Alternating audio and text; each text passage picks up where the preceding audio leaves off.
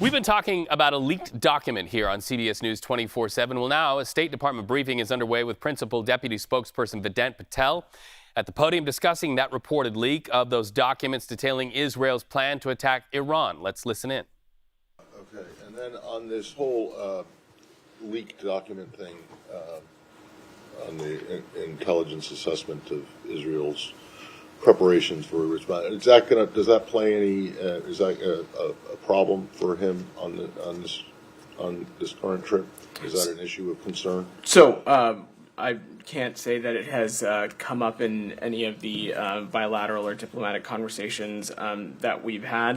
What I can say is that we have seen these reports as well, and as the president said earlier this morning, we're certainly concerned about them, but in terms of the specifics as it relates to this incident, I will let the Department of Defense, the intelligence community, and DOJ speak to it, and I certainly don't expect it to have any bearing as it relates to the Secretary's, not only his travels, but the objectives that the Secretary is bringing to this trip. Okay, thank you. Great, Simon, go ahead. Yeah, so with the Secretary on his way following last week's death of Yahya Sinwar, after the death, the administration came out very quickly saying, you know, we see an opportunity to bring an end to this war. We want to get a ceasefire deal. But in the intervening time, the Israelis seem to have sort of doubled down on their approach. You know, there's been a lot of death in northern Gaza. They're also bombing Beirut. Do you feel like that message that this is a time to take advantage of this moment to end the war has been heard from the Israeli side? Well, Simon, that's exactly why he's going to the region, to have these very important conversations with partners in Israel and counterparts in other countries as well. Let's not forget where we were just a couple of months prior, in which the government of Israel had indicated that it had supported the bridging proposal that was in line with the contours of what President Biden had announced earlier in the spring, when we were talking about what was needed to achieve a ceasefire in Gaza, and Sinwar continued to be an obstacle. Obviously, we certainly are not going to speculate on the leadership of Hamas or what form that takes, and certainly the same decision that was in front of Mr. Sinwar, that same decision is in front of Hamas, and whatever its leadership will be, in that whether they want to end the suffering of the Palestinian people, if they want to end the suffering that has been brought about them.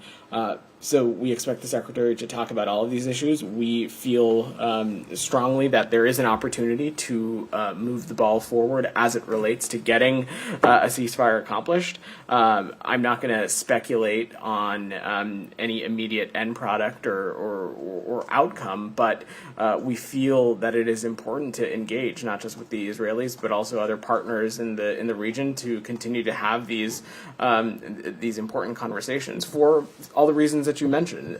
There continues to be a need to address the humanitarian situation. We obviously want to ultimately see the violence to stop as well. So these are all things that we'll continue to discuss. At this point, All right, so you've been listening to that State Department briefing happening just a moment ago, getting us up to speed on a Monday on what's going on in the Middle East. Here's your headline.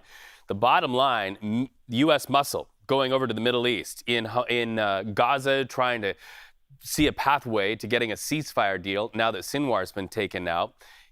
By the way, he had a funeral just days ago where he was called a martyr and a hero, and the vow that he would just be replaced with another leader. That's happening while at the same time, Israel is trying to figure out who leaked that document, the document that talked about detailed plans to attack Iran in retaliation for Iran's attack on Israel. And then, of course, the call for more humanitarian aid in Gaza, hoping Israel steps up and does that. We'll continue watching that situation from the State Department and also the U.S. emissaries who are traveling to the Middle East right now to try to accomplish all of those many things on their task list.